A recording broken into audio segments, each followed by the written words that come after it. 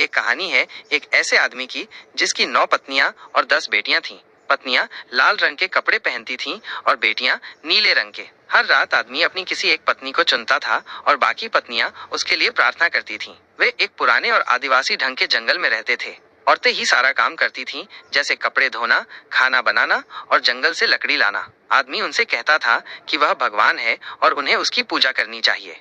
बेटियों में सबसे सुंदर साशा थी, जिसने कभी अपनी माँ को नहीं देखा था। जब उसने अपने पिता से अपनी माँ के बारे में पूछा तो वो हमेशा बात को टाल देता था। एक दिन उनकी एक बेटी उस उम्र में पहुंच गई जब उसे पत्नी बनना था। उसने भी लाल कपड़े पहन लिए, लेकिन साशा को ये सब समझ में नहीं आ रहा था कि क्यों हो रहा है। फिर एक रात साशा ने एक बहुत बड़ा रहस्य देखा। उसने सुना कि आदमी किसी और से बात कर रहा है और तब उसे पता चला कि वे जिस जगह पर रह रहे हैं वो असल में एक जंगल का रिजर्व है जहाँ इंसानों का रहना मना है। जब पुलिस को ये बात पता चली तो उन्होंने उस आदमी को वहां से चले जाने का आदेश दे दिया। साशा ये देखकर हैरान रह गई, क्योंकि पहली बार उसने उस आदमी को डरते हुए देखा, बिल्कुल एक आम इंसान की तरह। अगले ही दिन उस आदमी ने सबको बताया कि दुनिया खत्म होने वाली है और उन्हें एक नई जगह ढूंढनी होगी। पत्नियां ये सुनकर दुखी हो गईं, लेकिन साशा के मन में शक था। आदमी ने अपनी मीठी बातों से फिर साशा को बहका दिया और फिर वे सब एक नई जगह की तलाश में निकल पड़े।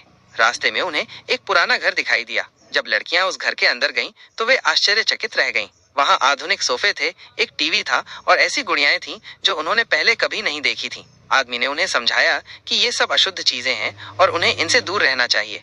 फिर जब वे एक सुनसान जगह पर पहुंचे तो उनकी एक पत्नी गर्भवती थी और उसे बच्चा होने वाला था। लेकिन सबको विश्वास था कि वो जगह अपवित्र है, इसलिए वहां बच्चे को जन्म नहीं दिया जा सकता। वे तब तक चलते रहे जब तक उन्हें एक झाड़ियों वाली जगह नहीं मिल गई। वहीं पर बच्चे का जन्म हुआ, लेकिन उस पत्नी की मृत्यु हो गई। उसी समय सबने मिलकर उसका अंतिम संस्कार किया और एक गाना गाकर उसे विदाई दी।